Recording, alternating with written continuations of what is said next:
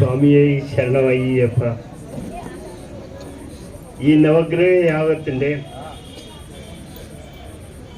ഇന്നത്തെ ഈ പരിപാടിയിൽ വന്നു ചേർന്നിട്ടുള്ള ശ്രീനാരായണ ഗുരുവിൻ്റെ അമ്പലത്തിൽ നിന്ന് വന്ന തിരുമേനിയും അവരുടെ പ്രസിഡന്റ്, സെക്രട്ടറി, വൈസ് പ്രസിഡന്റ് എന്നിവർക്ക് എല്ലാവർക്കും ഞാൻ ആദ്യമായിട്ട് സ്വാഗതം പറയുന്നു. അതുപോലെ തന്നെ കൃഷ്ണമന്ദിറിൽ നിന്ന് വന്നിട്ടുള്ള ഹരി തിരുമേനി, കൂടെ വന്നിട്ടുള്ള സ്ത്രീകളും പുരുഷന്മാരും എല്ലാവരെയും ഒന്നുകൂടി സ്വാഗതം ചെയ്തു. ഈ സംരംഭം ഇത് രണ്ടാമത്തെ പ്രാവശ്യമാണ് ഈ അമ്പലത്തിൽ നടത്തുന്നത്. 2018 ഒരു പ്രാവശ്യം നടത്തി. അന്ന് ഭയങ്കരമായിട്ട് അത് എല്ലാവരും സ്വാഗതം ചെയ്തു. അതിനുശേഷം ഇപ്പോഴാണ് ചെയ്യാൻ പറ്റിയത്. ഇപ്പം ചെയ്യുന്നു. ഇപ്പോഴും വളരെയധികം സന്തോഷമായിട്ട് കാണുന്നതിൽ വളരെ സന്തോഷമുണ്ട് എനിക്ക്.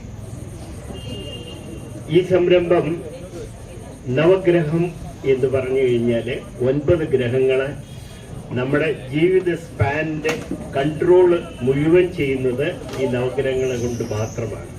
ഈ നവഗ്രഹത്തിൻ്റെ യാഥാർത്ഥ്യങ്ങളും ദോഷങ്ങളും നല്ല വശങ്ങളും എല്ലാം തിരുമേനി ഒരു ചെറിയ പ്രഭാഷണത്തിൽ കൂടെ നിങ്ങളെ പറഞ്ഞ് മനസ്സിലാക്കും. ഈ നവഗ്രഹം 9 ദിവസം ചെയ്യുന്നതിലും, ഒരു ദിവസം ചെയ്യുന്നതിലും, 2 ദിവസം ചെയ്യുന്നതിലും, 3 ദിവസം ചെയ്യുന്നതിലും എല്ലാം വളരെ ഭംഗിയായിരിക്കും. ആത്മാർത്ഥതയോടുകൂടി ഇത് ഹോമകുണ്ഡത്തിൽ നിങ്ങൾ നിക്ഷേപിച്ച്, നിങ്ങളെ അർപ്പിച്ച്, നിങ്ങളുടെ ആരെല്ലാം ഫാമിലിയിലുണ്ടോ അവരെ എല്ലാവരെയും സങ്കല്പമായിട്ട് എടുത്തുകൊണ്ട് അർപ്പിക്കുകയാണ് ചെയ്യുന്നത്. ഇതിന് എല്ലാ സഹായ സഹകരണങ്ങളും ചെയ്തിട്ടുള്ള എല്ലാ വ്യക്തികളോടും ഞാൻ ഒരിക്കൽ കൂടി നന്ദി രേഖപ്പെടുത്തുന്നു. Thank you very much. സ്വാമി.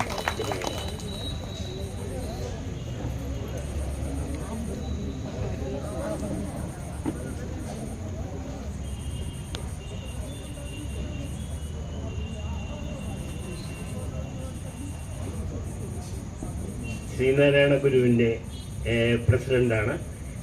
ഇദ്ദേഹത്തിന് ഞാൻ ഒരു മാലയിട്ട് പ്രത്യേകമായിട്ട് ഒന്ന് ആദരിക്കട്ടെ.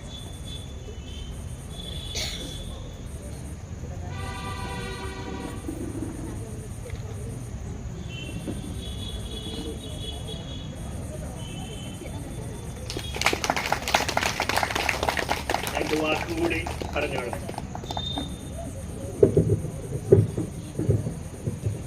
എല്ലാവർക്കും നമസ്കാരം. ശ്രീ അയ്യപ്പ ക്ഷേത്രത്തിലെ നവഗ്രഹ യജ്ഞത്തോടനുബന്ധിച്ച് ശ്രീനാരായണ മിഷനിൽ നിന്നും ഒരു കിടാവിളക്ക് ഇവിടെ എത്തിച്ച് ഇവിടുത്തെ വിളക്കിൽ ഭദ്രദീപം തെളിക്കണം എന്നുള്ളൊരു അഭിപ്രായം Shri S A Pillai sir മുന്നിൽ വെച്ചപ്പോൾ ഞങ്ങളത് ഒട്ടും നിരസിക്കാതെ ആ കർമ്മം ഞങ്ങൾ വളരെ ഭംഗിയായിട്ട് നടത്തിയെന്നാണ് ഞങ്ങൾക്ക് തോന്നുന്നത്. ഈ അവസരത്തിൽ ശ്രീനാരായണ മിഷനെ അയ്യപ്പ സേവാ സംഘം അയ്യപ്പ ക്ഷേത്രം ക്ഷണിച്ചതിന്, ഇങ്ങനൊരു കാര്യത്തിൽ ക്ഷണിച്ചതിന് അതിന് ആദ്യമായി ഞാൻ നന്ദി രേഖപ്പെടുത്തിക്കൊള്ളുന്നു.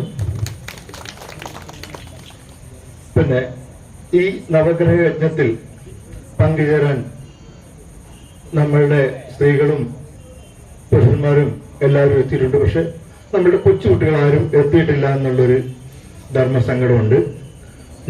നമ്മുടെ വീട്ടിലുള്ള കുട്ടികളെ എല്ലാവരും നമ്മൾ കൊണ്ടുവന്നെങ്കിൽ മാത്രമേ നമ്മളുടെ ക്ഷേത്രത്തിൽ നടക്കുന്നതും മറ്റ് എവിടെ നടക്കുന്ന കാര്യങ്ങൾക്കും അവരെ കൂടെ പ്രാപ്തരാക്കുക എന്നുള്ളൊരു കടമ കൂടെ നമ്മൾക്ക് മുതിർന്നവരിൽ നിക്ഷിപ്തമായിരിക്കുകയാണ്.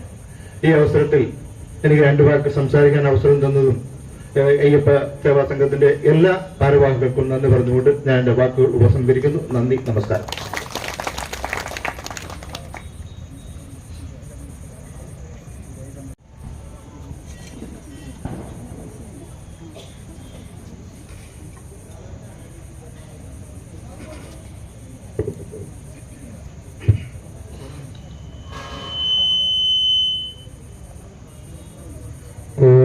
ഭൂതനാഥ സദാനന്ദ സർവഭൂതദയാപര രക്ഷ രക്ഷ മഹാബാഹോ ശാസ്ത്രേ തുഭ്യം നമോ നമഃ.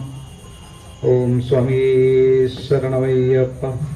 ഓം മണീദേവി സുനീലവേണി സുഭഗേ വീണാരവം കൈതൊഴാം. വാണീ വൈഭവമോഹിനീ ത്രിജഗതാം നാഥേ വിരിഞ്ച പ്രിയേ. വാണീ ദോഷമശേഷവാശുകളഞ്ഞെന്നാവിന്മേലെപ്പോഴും വാണിയിടേണം. അതിനു നിന്നടിയിൽ ഞാൻ വീഴുന്നു മൂകാംബികയും. ത്രിമൂർത്തിം ശക്തി സംയുക്തം ശ്രീവിദ്യാമന്ത്രമാതൃകാം.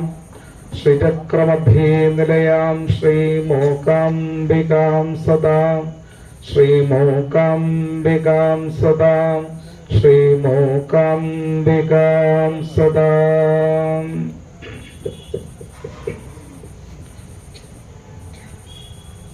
ദേവന്മാര് പോലും ഒരു പുൽക്കൊടിയായിട്ടെങ്കിലും വന്നു പിറക്കണമെന്ന് ആഗ്രഹിച്ച ഈ ഭാരത മണ്ണിൽ പിറന്ന് വളർന്ന് സനാതന സംസ്കാരത്തിന്റെ ഭാഗമാകുന്ന നാം ഓരോരുത്തരും അതിന്റെ ഏറ്റവും ശ്രേഷ്ഠമായിരിക്കുന്ന അനുഗ്രഹതലങ്ങളെ നമുക്ക് നൽകുന്ന ഈ ക്ഷേത്ര സഭത്തിൽ വന്നെത്തിയ എല്ലാ സജ്ജനങ്ങൾക്കും വിനീതമായ നമസ്കാരം.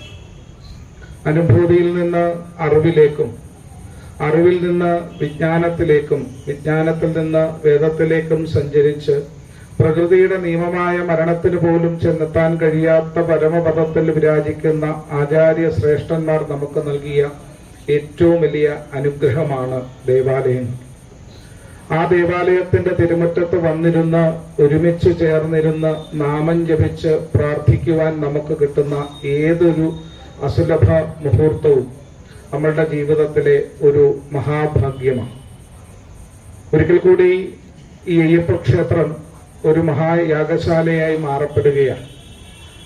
അതിന്റെ ഭാഗമാകുവാൻ എല്ലാവരും, എല്ലാ മനുഷ്യരും ഒന്നാണ് എന്ന് വളരെ കൃത്യമായിട്ട് പറയുന്നതോടൊപ്പം തന്നെ ഒരു മനുഷ്യന്റെ ജീവിതത്തിൽ ഏറ്റവും ആധികാരികമായി അല്ലെങ്കിൽ അത്യാവശ്യമായി വേണ്ടുന്നതെല്ലാം അല്ലയോ ഈശ്വര അങ്ങ് തന്നെയാണെന്ന് പറഞ്ഞ ഒരു പരമാത്മ ചൈതന്യ സ്വരൂപന്റെ സാന്നിധ്യത്തോടുകൂടി അന്നവസ്ത്രാവി മുട്ടാവി വന്നു രക്ഷിച്ച് ഞങ്ങളെ ധന്യനാക്കുന്ന നീ ഒന്നു തന്നെയാണ് ഞങ്ങൾക്ക് തമ്പുരാനെ എന്ന് പറഞ്ഞ് പ്രാർത്ഥിച്ച ആ മഹാത്മാവിന്റെ സാന്നിധ്യം ഈ യജ്ഞശാലയിൽ ആദ്യമേ തന്നെ ഉണ്ടായത് ഏറ്റവും വലിയൊരു ഭാഗ്യമായി തന്നെ കരുതുകയാണ്. നമ്മൾ നാളെ മുതൽ ഇവിടെ ഒരു നവഗ്രഹ യജ്ഞത്തിന്റെ ഭാഗമാകുകയാണ്. നിങ്ങൾ ശ്രദ്ധിച്ചിട്ടുണ്ട്, ഒരുവിധം വിശേഷമായിട്ടുള്ള കാര്യങ്ങളെല്ലാം നോട്ടീസിലുണ്ട്.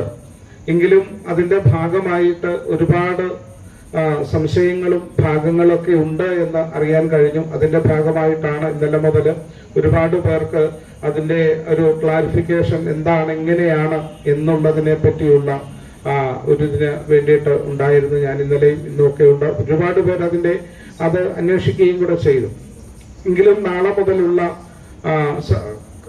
നവഗ്രഹ യാഗത്തിന്റെ ഒരു റൂട്ട് എന്താണ് എന്ന് ചിന്തിച്ചാൽ, ഇപ്പൊ നവഗ്രഹയാഗം എന്ന് പറയുന്നത് നമ്മൾ ഓരോ മനുഷ്യനെ സംബന്ധിച്ചിടത്തോളം നമ്മളുടെ ഗതിവിഗതികളെ നിയന്ത്രിക്കപ്പെടുന്നത് ഗ്രഹങ്ങളാണ്. ഈ ഗ്രഹങ്ങളുടെ അനുഗ്രഹത്തിന് വേണ്ടിയിട്ടാണ് നമ്മൾ ക്ഷേത്രത്തിലെത്തി ആ ദേവാലയ സംവിധാനത്തിലുള്ള വിശേഷേണ വിരാജിക്കുന്ന വിഗ്രഹങ്ങളിൽ അധിഷ്ഠിതമായിരിക്കുന്ന ദേവതകളെ പ്രാർത്ഥിക്കപ്പെടുന്നത്. അതുകൊണ്ടാണ് നമ്മൾ തിങ്കളാഴ്ച ദിവസം തിങ്കളാഴ്ച വ്രതമെടുക്കുന്ന ഓരോരുത്തരും ശിവക്ഷേത്രത്തിലെത്തി പ്രാർത്ഥിക്കുന്നത്. ശിവന് വേണ്ടിയിട്ടല്ല പ്രാർത്ഥിക്കുന്നത്, ശംഭുവിന്റെ മകുടത്തിലിരിക്കുന്ന ഭൂഷണമായിരിക്കുന്ന ചന്ദ്രന്റെ അനുഗ്രഹം കിട്ടാൻ വേണ്ടിയിട്ടാണ് തിങ്കളാഴ്ച ദിവസം തിങ്കളാഴ്ച വ്രതമെടുക്കുന്നവർ ശിവക്ഷേത്രത്തിലെത്തി പ്രാർത്ഥിക്കുന്നു. അങ്ങനെ ഓരോ ദേവതകളും ഓരോ ഗ്രഹങ്ങളുടെ ആധിപത്യമുള്ളവരാണ്. അതായത് ആ ദേവനിലൂടെ നമ്മൾ ആ ഗ്രഹത്തിന്റെ അനുഗ്രഹത്തിന് വേണ്ടിയിട്ട് പ്രാർത്ഥിക്കപ്പെടുന്നവരാണ്. കാരണം നമ്മളുടെ ജീവിതത്തിന്റെ സകല കാര്യങ്ങളെയും നിയന്ത്രിക്കപ്പെടുന്നത് ഈ ഗ്രഹങ്ങളാണ്. അപ്പോൾ ഈ ഗ്രഹങ്ങളുടെ ഏറ്റവും വലിയ ഗുണം എന്ന് പറയുന്നത് അനുഗ്രഹം എന്ന തലമാണ്. അപ്പോൾ രണ്ട് കാര്യങ്ങളാണ് ഗ്രഹത്തിൽ നിന്ന് നമുക്ക് കിട്ടേണ്ടത്. ഒന്ന്, ഗ്രഹത്തിൽ നിന്നുള്ള ദോഷങ്ങൾ മാറുകയും അതോടൊപ്പം തന്നെ ആ ഗ്രഹത്തിന്റെ അനുഗ്രഹം കിട്ടുകയും കൂടി വേണം. എങ്കിൽ മാത്രമേ നമുക്കതിന്റെ പരിപൂർണമായിരിക്കുന്ന ഗുണം നമുക്ക് ഗുണകരമായി വന്ന് ഭവിക്കുകയുള്ളൂ. ഒരു ക്ലാസ്സിൽ പഠിക്കുമ്പോൾ നമ്മൾ ജയിച്ചത് കൊണ്ട് മാത്രമാകുന്നില്ല, നന്നായി കാര്യങ്ങൾ പഠിക്കുക കൂടി വേണം. എങ്കിൽ മാത്രമേ നമുക്ക് മുന്നോട്ടുള്ള ജീവിതത്തിൽ അത് പ്രയോജനകരമായി മാറപ്പെടുകയുള്ളൂ. എന്നതുപോലെ തന്നെ നമുക്ക് അവയുടെ ദോഷങ്ങൾ ആദ്യം മാറപ്പെടണം. അതോടൊപ്പം തന്നെ അതാത് ഗ്രഹങ്ങളുടെ അനുഗ്രഹങ്ങളും നമുക്ക് വേണം. നമുക്കറിയാം 27 നക്ഷത്രങ്ങളിൽ ജനിക്കുന്നവരാണ് നമ്മൾ. ഈ 27 നക്ഷത്രങ്ങളുമായി ബന്ധപ്പെട്ടിട്ട് ഏകദേശം 9 ഗ്രഹങ്ങളാണ്. ഏകദേശം എന്ന് പറയാൻ കാരണം ഈ 9 ഗ്രഹത്തെ കൂടാതെ ഒരു ഗ്രഹവും കൂടിയുണ്ട്. നമ്മളുടെ ജാതകത്തിൽ ശ്രദ്ധിച്ചാൽ അറിയാം. നമ്മുടെ ജാതകത്തിൽ ആ ഗ്രഹസ്ഥിതിയിൽ നോക്കിയാൽ 11 അക്ഷരങ്ങളാണുള്ളത്. അതിൽ 11 അക്ഷരങ്ങളിൽ ആദ്യത്തേതെന്ന് പറയുന്ന ലഗ്നം അഥവാ ജനിച്ച സമയത്തിന്റെ ല എന്ന് പറയുന്ന അക്ഷരം. നമ്മൾ ഏത് മാസത്തിലാണോ ജനിച്ചത് അതിനെ അറിയിക്കുന്ന ര എന്ന ആദിത്യൻ എന്ന രവി എന്ന അക്ഷരം. മൂന്നാമത്തേത് ഏത് നക്ഷത്രത്തിലാണോ നമ്മൾ ജനിച്ചതെന്ന് അറിയിക്കുന്ന ചന്ദ്രൻ എന്ന ഗ്രഹം. പിന്നീട് ചൊവ്വയും ബുധനും വ്യാഴവും ശുക്രനും ശനിയും രാഹുവും കേതുവും കഴിഞ്ഞ് ഒരു ഗ്രഹത്തെ കൂടി നമ്മുടെ കേരളീയ ജ്യോതിഷ സംവിധാനം അടയാളപ്പെടുത്തുന്നുണ്ട്. അത് ഗുളികൻ എന്ന ഗ്രഹമാണ്. അപ്പൊ വരുമ്പോൾ ഏകദേശം മൊത്തം 11 അക്ഷരങ്ങൾ വരുമെങ്കിലും 10 ഗ്രഹങ്ങൾ ഉണ്ടെന്ന് തന്നെ നമുക്ക് പറയേണ്ടി വരും. പണ്ട് പഞ്ചപാണ്ഡവർ എത്ര പേരെന്ന് ചോദിച്ച പോലെ ഉള്ള മറുപടികളാണ് പറയും. 27 നക്ഷത്രങ്ങളാണെങ്കിലും ഒരു നക്ഷത്രവും കൂടി ഉണ്ട്. പക്ഷെ ആ ഗ്രഹത്തിന് ആ നക്ഷത്രത്തിന് അധിക കാലമില്ലാത്തത് കൊണ്ടാണ് ആ നക്ഷത്രത്തെ പോലും കൂട്ടാതിരിക്കുന്നത് എന്നുള്ളത് മറ്റൊരു അർത്ഥം കൂടിയുണ്ട്. അപ്പൊ എന്നിരുന്നാലും ഇപ്പൊ 27 നക്ഷത്രങ്ങളിൽ ജനിക്കുന്ന നമ്മളെ പ്രധാനമായിട്ടും നിയന്ത്രിക്കപ്പെടുന്നത് ഈ 9 ഗ്രഹങ്ങളാണ്. ഈ 9 ഗ്രഹങ്ങൾക്കും 9 വിധത്തിലുള്ള തലങ്ങളാണ്.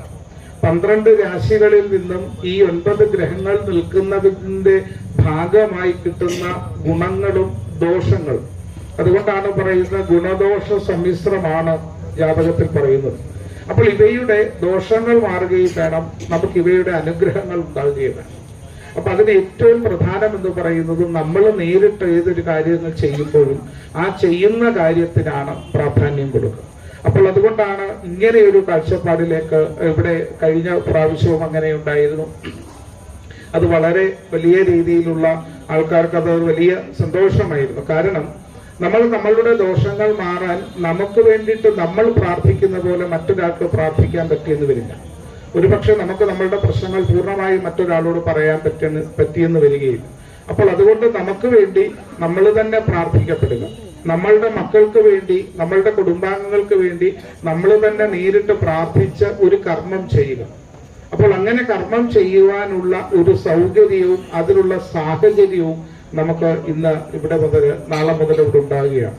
അപ്പം ഈ 27 നക്ഷത്രങ്ങളിൽ വരുന്നവർ പ്രധാനമായിട്ടും ഈ 9 ഗ്രഹങ്ങളായിട്ട് ബന്ധപ്പെട്ടവരാണ്. അപ്പൊ ഈ 9 ഗ്രഹങ്ങളുമായി ബന്ധപ്പെട്ട് വരുമ്പോൾ ഓരോ ദിവസവും, അതുകൊണ്ടാണ് ഒന്നാമത്തെ ദിവസമായിട്ടുള്ള ഞായറാഴ്ച എന്ന് പറയുന്നത് ആദിത്യന് പ്രാധാന്യമുള്ളത് കൊണ്ടാണ്. അതുകൊണ്ടാണ് അതിനെ രവിവാരം എന്ന് പറയുന്നത്. രണ്ടാമത്തേതെന്ന് പറയുന്നത് ചന്ദ്രൻ, തിങ്കളാഴ്ചയാണ്, അത് ചന്ദ്രവാരം എന്ന് പറയുന്നത്. അപ്പൊ ഓരോ നക്ഷത്രങ്ങൾക്കും അഥവാ ഓരോ ഗ്രഹങ്ങളെ സംബന്ധിച്ചിടത്തോളം അതിന് ഓരോ വിധത്തിലുള്ള പ്രാധാന്യങ്ങൾ ഉണ്ട് എന്ന് പറയപ്പെടുന്നത് അതുകൊണ്ടാണ്. അപ്പം ഈ ഞായറാഴ്ച ദിവസം ആദിത്യനുമായി ബന്ധപ്പെട്ടിട്ടുള്ള പൂജാതി കർമ്മങ്ങളാണ് നമ്മളിവിടെ നടത്തുന്നത്. ഇപ്പൊ രാവിലെ ഗണപതി ഹോമം ഉണ്ടാകും. അതിനുശേഷം വിശേഷമായിട്ട് നമ്മൾ അതാത് ഗ്രഹത്തെ ആവാഹിച്ച് പൂജിച്ച് രാവിലെ ഉഷപൂജയും ഉച്ചപൂജയും ആ ഗ്രഹം, അതായത് ത്രികാലങ്ങളിൽ 3 കാലങ്ങളിൽ ഒരു ദേവതയ്ക്ക് പൂജ, അതാണ് പ്രധാനം. അപ്പോൾ അതിലെ ആദ്യത്തെ ഉഷപൂജയും ഉച്ചപൂജയും രാവിലെ ഉണ്ടാകും. അത് കഴിഞ്ഞിട്ട് വൈകുന്നേരങ്ങളിലാണ് ഏറ്റവും ഇതിന്റെ സമർപ്പണം എന്ന് പറയുന്നത്, അതായത് ആദിത്യനുമായി ബന്ധപ്പെട്ടിട്ടുള്ള. അപ്പൊ എന്താണ് ആദിത്യനെന്നും ആദിത്യനുമായി ബന്ധപ്പെട്ട കാര്യങ്ങൾ എന്താണെന്നുമുള്ള ഒരു സാമാന്യമായിരിക്കുന്ന ബോധവും കൂടി നമുക്കിവിടെ ഉണ്ടാകണം. അപ്പൊ ഏകദേശം ഒരു 5:30-6 മണിയോട് കൂടി നമ്മൾ ഇതിന്റെ ചടങ്ങുകളൊക്കെ ഇവിടെ ആരംഭിക്കും. ഹോമാദികളൊക്കെ തുടങ്ങുന്നത് ഏകദേശം ക്ഷേത്രത്തിലെ ദീപാരാധന കഴിഞ്ഞിട്ടാണ്. അപ്പോൾ 5:30 ആകുമ്പോഴേക്കും നമ്മൾ ഇതുമായി ബന്ധപ്പെട്ടിട്ടുള്ള പ്രഭാഷണം, അതായത് ആദിത്യൻ എന്താണെന്ന് നമ്മൾ ആദ്യം അറിയാം.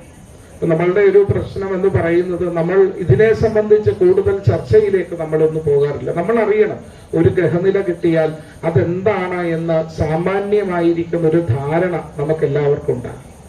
കഴിഞ്ഞ പ്രാവശ്യമൊക്കെ അത് വളരെ രാവിലെയും കൂടി ഉണ്ടായിരുന്നു. ഒരുപാട് കാര്യങ്ങൾ നമുക്കത് പറയാനുണ്ട്. എന്തുകൊണ്ട്? നമ്മളെ സംബന്ധിച്ചിടത്തോളം നമുക്ക് ശനിയുടെ ദോഷം മാത്രമേ നമുക്കറിയത്തുള്ളൂ. ശനിയല്ല പ്രധാന ദോഷകാരൻ. ഒരുപാട് അതിനേക്കാൾ വലിയ ദോഷമുള്ളവരുണ്ട്, അതുപോലെ ഒരുപാട് ഗുണങ്ങളുള്ളവരുമുണ്ട്. ഇപ്പം നമ്മൾ വിചാരിക്കുന്നത് ശുക്രനാണ് ഏറ്റവും ഗുണമുള്ള ആള്. ശുക്രൻ മാത്രമല്ല ഗുണമുള്ള ആൾ, ഒരുപാട് പേരല്ലാതെയുണ്ട്. അപ്പം ഈ ഗ്രഹങ്ങളെയെല്ലാം നമുക്കൊരു സാമാന്യമായി അറിയുക എന്നുള്ളതും കൂടി ഈ നവഗ്രഹയാഗത്തിന്റെ ഒരു പ്രധാന ലക്ഷ്യമാണ്. കാരണം നമുക്കറിയാം, ഈ സോഷ്യൽ മീഡിയകളിലും ബാക്കിയുള്ളിടത്തും ഒക്കെ നമ്മളുടെ സംസ്കാരത്തെ പറ്റി ഓരോ വിധത്തിൽ ആക്ഷേപങ്ങൾ ഉണ്ടാകുന്നു. അതിൽ ഏറ്റവും പ്രധാനം ജ്യോതിഷം എന്ന് പറയുന്ന ഒരു കാര്യത്തെ തന്നെയാണ്. എന്താണ് ജ്യോതിഷം എന്ന് ചിന്തിക്കുമ്പോൾ ഇതൊരു അന്ധവിശ്വാസത്തിന്റെ ഭാഗമാണെന്ന് ജ്യോതിഷം അറിയാത്തത് കൊണ്ടാണ് അവർ പറയുന്നത്. ജ്യോതിഷത്തെ നന്നായി പഠിക്കണം, അല്ലെങ്കിൽ ജ്യോതിഷത്തെ നമ്മൾ നന്നായി അറിയണം. ഓരോ ദേവതകളും എന്തൊക്കെയാണ് എന്നും അവയുടെ പ്രാധാന്യം എന്താണെന്നും ഒക്കെ സാമാന്യമായിരിക്കുന്ന ഒരു ധാരണ നമുക്കുണ്ടാകും. ഇപ്പൊ നേരത്തെ അദ്ദേഹം പറഞ്ഞതുപോലെ കുട്ടികളൊന്നും ഇല്ലാത്ത ഒരു കാര്യം അദ്ദേഹം പറഞ്ഞ വലിയൊരു കാര്യമാണ്. എന്തുകൊണ്ട് നമ്മുടെ കുഞ്ഞുങ്ങളൊന്നും ഇതിലേക്ക് വരുന്നില്ല? നമുക്കൊക്കെ ഇതൊരു സാമാന്യമായി നമ്മുടെ ജീവിതത്തിന്റെ ഭാഗമായതുകൊണ്ടാണ് എല്ലാവരും എത്തുന്നത്. എന്തുകൊണ്ട് നമ്മളുടെ കുട്ടികൾ, അവർക്ക് വിദ്യാഭ്യാസം ഇല്ലാത്തത് കൊണ്ടല്ല, വിവരവും വിവേകവും ഇല്ലാത്തത് കൊണ്ടല്ല, നമ്മളെക്കാൾ കൂടുതൽ ബുദ്ധിയുള്ളവരാണ് നമ്മുടെ കുട്ടികൾ. പക്ഷെ എന്നിട്ട് പോലും നമ്മുടെ കുഞ്ഞുങ്ങളൊന്നും ഇതിലേക്ക് എന്തുകൊണ്ട് എത്തുന്നില്ല എന്ന് നമ്മളൊരു ആത്മപരിശോധന നടത്തപ്പെടേണ്ടതുണ്ട്. കാരണം നമ്മുടെ കുട്ടികളെ സംബന്ധിച്ചിടത്തോളം അവർക്ക് കൂടുതൽ സംശയങ്ങളും അവർക്ക് കൂടുതൽ കാര്യങ്ങളെപ്പറ്റി അറിയണമെന്നുള്ള ജിജ്ഞാസയുള്ളവരുമാണ്. ഈ ജിജ്ഞാസുക്കളായിരിക്കുന്ന കുട്ടികൾക്ക് അവരുടെ ചോദ്യങ്ങൾക്കുള്ള കൃത്യമായ മറുപടികൾ കൊടുക്കാൻ കഴിയാത്തതും അല്ലെങ്കിൽ കൊടുക്കാനുള്ള സൗകര്യങ്ങളും സാഹചര്യങ്ങളും അവരുടെ മുമ്പിൽ ഇല്ലാത്തത് കൊണ്ടാണ് അവർ ഇങ്ങോട്ട് വരാത്തത്. ഒരു നീരാഞ്ജന ദീപം കത്തിച്ചാൽ അതുകൊണ്ട് ശനി എന്ന് പറയുന്ന ദോഷം മാറുമെന്നും നമുക്ക് അങ്ങനെയുള്ള ദോഷങ്ങളൊക്കെ മാറുമെന്ന് പറഞ്ഞാൽ അങ്ങനെ അതങ്ങ് കണ്ടെടുത്ത് വിശ്വസിക്കുന്നവരല്ല നമ്മുടെ കുട്ടികൾ. എന്താണ് നീരാഞ്ജനം, എന്തിനാണ് എള്ളുകിഴി കത്തിക്കുന്നത്, അതുകൊണ്ട് ശനിദോഷം എങ്ങനെയാണ്, ഒരു വഴിപാട് കഴിച്ചാൽ അതിന്റെ ഫലം എങ്ങനെയാണ് ഒരാൾക്ക് ഉണ്ടാകുന്നത് എന്ന് നമ്മുടെ കുട്ടികൾ നമ്മളോട് ചോദിച്ചാൽ പറയാൻ നമുക്ക് മറുപടികളില്ലായിരുന്നു. മറുപടികൾ ഉണ്ട്, പക്ഷേ ആ മറുപടികൾ കൊടുക്കുവാനുള്ള സൗകര്യങ്ങളും സാഹചര്യങ്ങളും നമുക്ക് കുറവാണ് എന്നുള്ളതാണ്. അപ്പോൾ അതൊക്കെ നമുക്ക് മാറണം. നമ്മുടെ കുട്ടികളുമായി നമുക്ക് സംവദിക്കണം. നമ്മുടെ കുട്ടികളുടെ ചോദ്യങ്ങൾ ഉണ്ടാകട്ടെ. നമ്മുടെ കുട്ടികൾക്ക് വേണ്ടുന്ന സംശയങ്ങളെ, നമുക്കറിയാവുന്ന കാര്യങ്ങളെ നമുക്ക് പറഞ്ഞു കൊടുക്കാം. അതിനോടൊപ്പം തന്നെ നമുക്ക് കൂടുതൽ കാര്യങ്ങളെ പറ്റി പഠിക്കുവാനും ഇതുപോലെയുള്ള നമുക്കും ഉണ്ടാകും സംശയങ്ങളൊക്കെ. ഈ സംശയങ്ങളെ സംബന്ധിക്കുന്ന കാര്യങ്ങളെ പറ്റി ചർച്ച ചെയ്യപ്പെടുവാനും നമുക്ക് ഇതുപോലെയുള്ള വേദികളെ നമുക്ക് ഉപയോഗിക്കണം. അപ്പൊ അതിനുകൂടിയുള്ള ഒരു സഗുണോപാസന കേന്ദ്രങ്ങളായി നമ്മളുടെ ദേവാലയങ്ങൾ മാറണം. അതുകൂടിയാണ് ഇതിനകത്തിന്റെ ഒരു പ്രധാനമായിട്ടുള്ള ഉദ്ദേശം. അപ്പൊ അതുപോലെ തന്നെയാണ് വൈകുന്നേരങ്ങളിൽ നടക്കുന്ന ഹോമങ്ങൾ എന്ന് പറയുന്നത്. ഈ ഹോമത്തിൽ പ്രധാനമായിട്ട് 3 ദ്രവ്യങ്ങളാണ് ഹോമിക്കപ്പെടുന്നത്. ഒന്ന്, ശുദ്ധമായിരിക്കുന്ന ഹവിസുണ്ട്.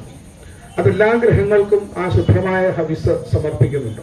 അപ്പൊ അതിന് ഓരോ വ്യക്തികളും, നമ്മളിതിന്റെ ഭാഗമാകുന്ന ഓരോ വ്യക്തികളും അവർ നേരിട്ട് തന്നെയാണ് ആ ഹോമകുണ്ഡത്തിലേക്ക് ഒരു ഹോമം ചെയ്യുന്നതിന്റെ സാമാന്യമായിരിക്കുന്ന ക്രിയകളോടുകൂടി തന്നെയാണ് ഇവിടെ ഹോമം നടത്തുന്നത്. അപ്പൊ നമ്മൾ ചിന്തിക്കും, നമ്മൾ ഹോമം കഴിച്ചാൽ ദോഷമാണോ, ഞങ്ങൾക്ക് പൂജ കഴിക്കാമോ എന്നൊക്കെ ചിന്തിക്കും.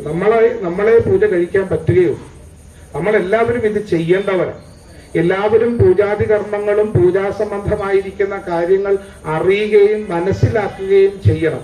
അറിയുകയും മനസ്സിലാക്കുകയും ചെയ്താൽ നമ്മൾ നന്നായി ചെയ്തിരിക്കും.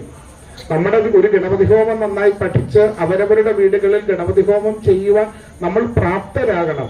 പണ്ട് കാലത്ത് വീടുകളിൽ അടുപ്പ് കത്തിച്ചിട്ട് ആദ്യം തളിച്ചുമെഴുകി അടുപ്പിലേക്ക് ദീപം പകർന്ന് ആ അടുപ്പ് കത്തിച്ചിട്ട് ആദ്യം 2 നാളികേരപ്പൂൾ ഇട്ടുകൊണ്ട് എല്ലാ ദിവസവും ഈ വീട്ടിൽ യാതൊരു വിധമായിരിക്കുന്ന തടസ്സങ്ങളും ബുദ്ധിമുട്ടുകളും ഉണ്ടാകരുത് എന്ന് പ്രാർത്ഥിക്കുന്ന ഒരു സംസ്കാരം നമുക്ക് പണ്ടുണ്ടായിരുന്നു. പിന്നെ ഗ്യാസ് അടുപ്പായതുകൊണ്ട് പിന്നെ ആ ഒരു തലത്തിലേക്ക് ചിന്തിക്കുന്നില്ല. അടുക്കളയിലല്ലേ ഇവിടെ എല്ലായിടത്തും നോക്കിയാൽ പൂജാമുറികളെല്ലാം. അപ്പോൾ ആ പൂജാമുറികളെല്ലാം പൂജകൾ നന്നായി നടക്കപ്പെടുന്നുണ്ട്, പ്രാർത്ഥനകൾ നടക്കപ്പെടുന്നുണ്ട്. ഇന്ന് പക്ഷെ നമ്മുടെ വീടുകൾ നോക്കിയാട്ട് നമ്മുടെ എത്ര വീടുകളിലുണ്ട് പൂജാമുറികൾ? ഇവിടുത്തെ അല്ല, നമ്മുടെ നാട്ടിലോട്ടൊക്കെ ചിന്തിച്ചാൽ അറിയാം. നമുക്ക് നമ്മുടെ നാട്ടിൽ ഇപ്പൊ വീട് വെക്കുമ്പോൾ ഒരു 1500-2000 സ്ക്വയർ ഫീറ്റ് ഉള്ള ഒരു വീട് വെച്ചാലും പൂജാമുറിക്ക് അവിടെ സ്ഥലമില്ല എന്നാണ് പറയുന്നത്. അതിലൊരുപാട് ന്യായങ്ങളുണ്ട്, അതൊക്കെ പോകട്ടെ, നമുക്കത് പിന്നീടൊക്കെ ചർച്ച ചെയ്യാം. അപ്പൊ നമുക്ക് നന്നായി നമ്മൾ പ്രാർത്ഥനയോടുകൂടി ചെയ്യാൻ നമ്മൾ പ്രാപ്തരാണ് എന്നുള്ളതാണ് ഏറ്റവും പ്രധാനം. അതുകൊണ്ടാണ് ഇതിനെപ്പറ്റിയുള്ള സാമാന്യ ധാരണ ആദ്യമേ നൽകുന്നത്. നമ്മൾ നന്നായി പ്രാർത്ഥിക്കണം. എൻ്റെ അമ്മ എനിക്ക് വേണ്ടിയിട്ട് പ്രാർത്ഥിക്കുന്നത് പോലെ ഈ ലോകത്തൊരാൾക്കും എനിക്ക് വേണ്ടിയിട്ട് പ്രാർത്ഥിക്കാൻ പറ്റില്ല. എൻ്റെ അമ്മ എൻ്റെ വീടിന് വേണ്ടി പ്രാർത്ഥിക്കുന്നത് പോലെ മറ്റൊരാൾക്കും എൻ്റെ വീടിന് വേണ്ടിയിട്ട് പ്രാർത്ഥിക്കാൻ പറ്റില്ല. അതുപോലെയാണ് നമ്മൾ ഓരോരുത്തരും, പ്രത്യേകിച്ച് സ്ത്രീജനങ്ങളുടെ അമ്മമാരുടെ ഏറ്റവും വലിയ കഴിവതാണ്. അതുകൊണ്ടാണ് അമ്മമാരെല്ലാവരും ഇതിൽ കൂടുതൽ പങ്കാളികളാകണമെന്നുണ്ട്. അവർക്ക് കൂടുതൽ സ്ഥാനവും ഉള്ളത് അതുകൊണ്ടാണ്.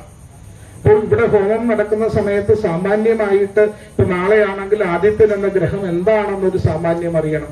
ആദിത്യനിൽ നിന്നുണ്ടാകുന്ന ദോഷങ്ങൾ എന്താണെന്ന് നമ്മൾ അറിയണം.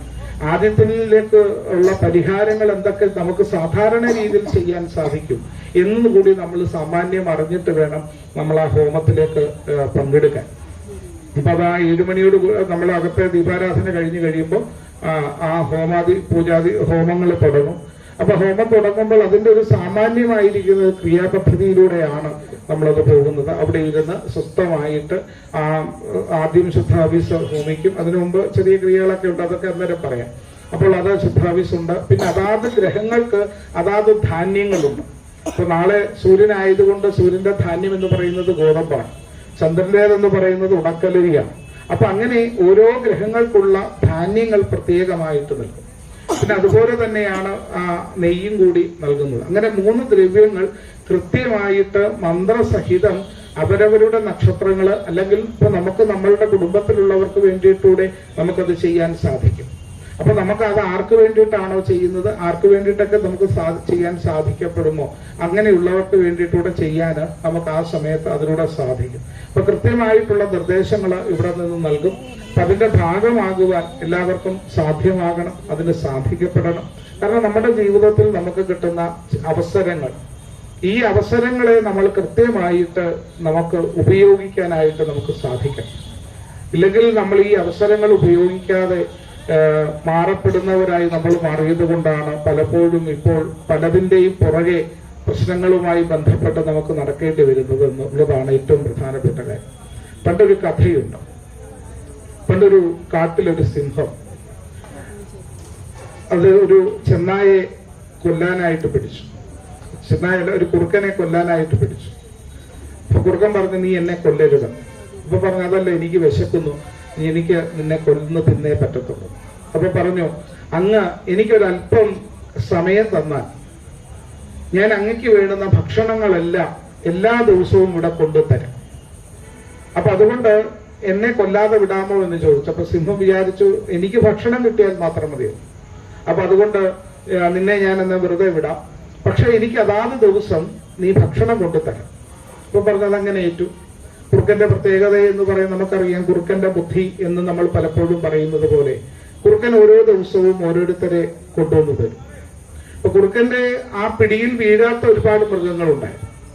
അവരാരും അടുക്കാതിരുന്ന സമയത്ത് അവസാനം സിംഹത്തിന്റെ അടുക്കൽ ചെന്ന് കുറുക്കൻ പറഞ്ഞു, ഇനി എനിക്ക് ആരെയും കിട്ടുന്നില്ല, അപ്പൊ അതുകൊണ്ട് അങ്ങ് ഇനിയും എന്നെ ഇതിൽ നിന്ന് ഒഴിവാക്കണം എന്ന് പറഞ്ഞു. അപ്പൊ പറഞ്ഞതല്ല, ഇനി നിനക്ക് ആരെയും ഇന്ന് കിട്ടിയില്ലെങ്കിൽ ഇന്ന് നിന്നെ കൊല്ലുകയാണ്. അപ്പൊ പറഞ്ഞതല്ല, എനിക്കൊരു ചെറിയൊരു അവസരം കൂടി തരാമോ എന്ന് ചോദിച്ചു. ഇന്നത്തെ കാര്യത്തിനകത്ത് എനിക്കൊരു അവസരം കൂടി തരാമോ എന്ന് ചോദിച്ചു. അപ്പൊ പറഞ്ഞാലെന്താ, തരാം. നീ ഇത്രയും ദിവസം നീ സത്യസന്ധനായിട്ട് നീ എന്റെക്ക് ഭക്ഷണം കൊണ്ടു തന്നത് കൊണ്ട് നിന്നെ ഞാൻ വിടാവുന്നത്. അങ്ങനെ ഈ കുറുക്കൻ ഇങ്ങനെ നടന്നു പോയപ്പോ അതുവഴി ഒരു കഴുത പോകും. ഇപ്പൊ കഴുത പോയപ്പോ ഈ കുറുക്കൻ ചെന്ന് പറഞ്ഞു, നീ ഒരു കാര്യം അറിഞ്ഞു? ഇല്ല, പറഞ്ഞില്ല. ഈ കാടിന്റെ രാജാവായിരിക്കുന്ന സിംഹം എന്നോട് ചോദിച്ചു, ഈ കാടിന്റെ രാജാവാക്കാൻ പറ്റുന്ന ഒരാൾ ആരുണ്ട് എന്ന് ചോദിച്ചപ്പോൾ എനിക്ക് ഒരു സംശയവുമില്ലാതെ ഞാൻ പറഞ്ഞത് നിന്റെ പേരാണ്.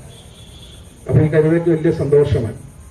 എന്റെ പേര് പറഞ്ഞല്ലോ, ഞാൻ അതിന് യോഗ്യനാണല്ലോ എന്ന് പറഞ്ഞു കഴിഞ്ഞപ്പോൾ പറഞ്ഞു, അതിനെന്ത് വേണമെന്ന് ചോദിച്ചപ്പോൾ പറഞ്ഞു, ഇപ്പോൾ നമുക്ക് 2 പേർക്കൂടെ അങ്ങോട്ട് പോകാം. ആ സിംഹത്തിന്റെ അടുക്കിലേക്ക് നീ ചെല്ലണം, പറയണം ഞാൻ ഇന്ന ആള് പറഞ്ഞിട്ട് വന്നതാണ് എന്ന് പറഞ്ഞ് ചെല്ലാൻ പറഞ്ഞു. അങ്ങനെ സിംഹത്തിന്റെ അടുക്കിലേക്ക് ഈ കഴുത ചെന്നു. കഴുത ചെന്നപ്പോൾ സിംഹം കഴുത അടുത്ത് വന്നപ്പോഴത്തേക്ക് ചാടി അതിനെ കടിച്ചു. കടിച്ചപ്പോൾ സിംഹത്തിന് കിട്ടിയത് അതിന്റെ 2 ചെവികളാണ്. അപ്പൊ ചെവി മാത്രമേ കടിച്ചെടുക്കാൻ പറ്റൂ. അപ്പോഴത്തേക്കും കഴുത പ്രാണനും കൊണ്ട് ഓടി. അപ്പൊ പ്രാണനും കൊണ്ട് ഓടി ഇഞ്ഞ് വന്നു കഴിഞ്ഞപ്പോൾ കുറുക്കൻ ചോദിച്ചു, നീ എന്താ വന്നതെന്നും പറഞ്ഞ് എന്റെ ചെവി കടിച്ച് എന്നെ കൊല്ലാനാ വിളിച്ചത്. അപ്പൊ പറഞ്ഞു, ഒരിക്കലുമല്ല, നിന്നെ കൊല്ലാൻ വേണ്ടിയിട്ടല്ല സിംഹം അതിന്റെ ചെവികൾ കടിച്ചു പറിച്ചത്. അപ്പൊ ചോദിച്ചു, പിന്നെ എന്തിനാണ്? അപ്പൊ പറഞ്ഞു, കാട്ടിലെ രാജാവാകുമ്പോ ആദ്യം ചെയ്യേണ്ടത് കിരീടം എടുത്തു വെക്കുകയാണ്. അപ്പൊ കിരീടം എടുത്തു വെക്കുമ്പോൾ ഈ ചെവികൾ ഉണ്ടെങ്കിൽ കിരീടം താഴത്തില്ല. അപ്പൊ അതുകൊണ്ട് നിന്റെ ചെവികൾ എടുത്തത് കിരീടം വെക്കാൻ വേണ്ടിയിട്ടാണ് എന്ന് നീ മനസ്സിലാക്കണം. അപ്പൊ കഴുത വിചാരിച്ചു ശരിയായിരിക്കും. കഴുത ഉടനെ സന്തോഷമായിരുന്നു, വീണ്ടും സിംഹത്തിന്റെ അടുക്കിലേക്ക് ചെന്നു. അങ്ങനെ സിംഹത്തിന്റെ അടുക്കിലേക്ക് ചെന്ന് കഴിഞ്ഞപ്പോൾ സിംഹം വീണ്ടും കടിക്കാനായി ചെന്ന് കടിച്ചത് ആ സമയത്ത് കിട്ടിയത് വാലാണ്. അപ്പോൾ കഴുത ഓടി അവിടെ നിന്നു. ആ വാല് നഷ്ടപ്പെട്ട കഴുത വീണ്ടും അവിടെ നിന്ന് ഓടി. അപ്പൊ വന്നിട്ടപ്പോ കുറുക്കൻ പറഞ്ഞു, വാല് കടിച്ചു പറിക്കാൻ കാര്യം, ഈ കാടിന് ഒരു സിംഹാസനമുണ്ട്.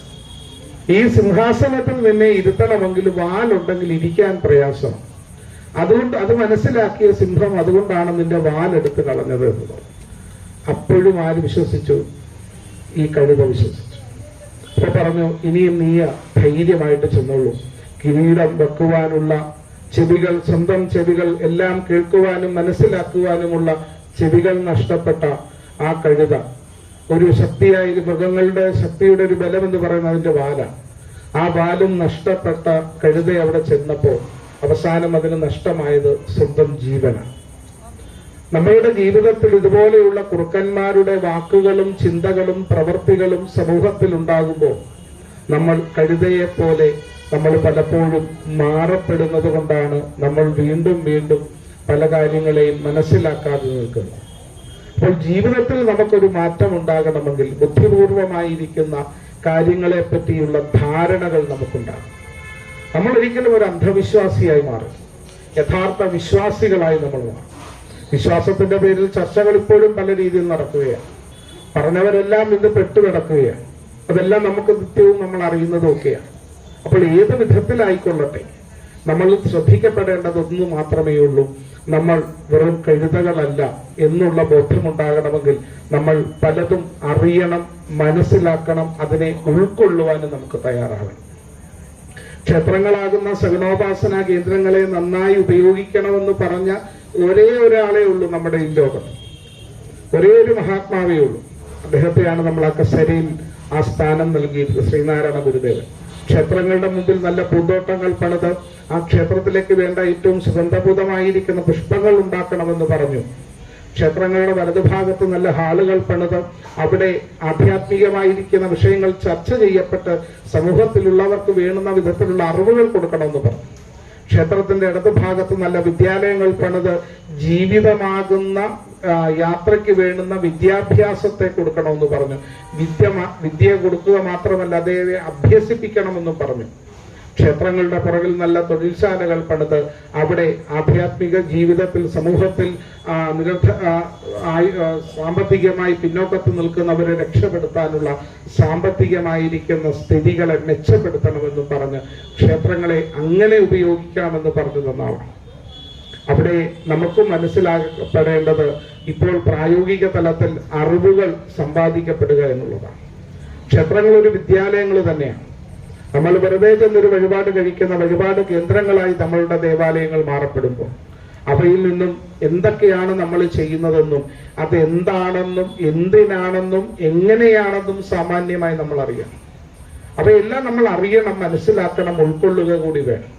നമ്മളുടെ സംശയങ്ങളെ ദൂരീകരിക്കപ്പെടുവാനുള്ള സ്ഥലങ്ങൾ തന്നെയായി മാറപ്പെടണം നമ്മളുടെ ദേവാലയങ്ങൾ. എങ്കിൽ മാത്രമേ ആ ദേവാലയം ക്ഷേത്രം എന്ന വാക്കിന് അർത്ഥമാക്കപ്പെടുകയുള്ളൂ. ഇല്ലെങ്കിൽ അതൊരു ദേവാലയം എന്ന് എഴുതാൻ പറ്റത്തുള്ളൂ. ക്ഷേത്രം എന്ന വാക്കിന്റെ അർത്ഥം ക്ഷതാത് ത്രായതേ ഇത് ക്ഷേത്ര എന്നാണ്. നാശത്തിൽ നിന്നും നമ്മെ രക്ഷപ്പെടുത്തുന്നത് എന്തോ അതാണ് ക്ഷേത്രം.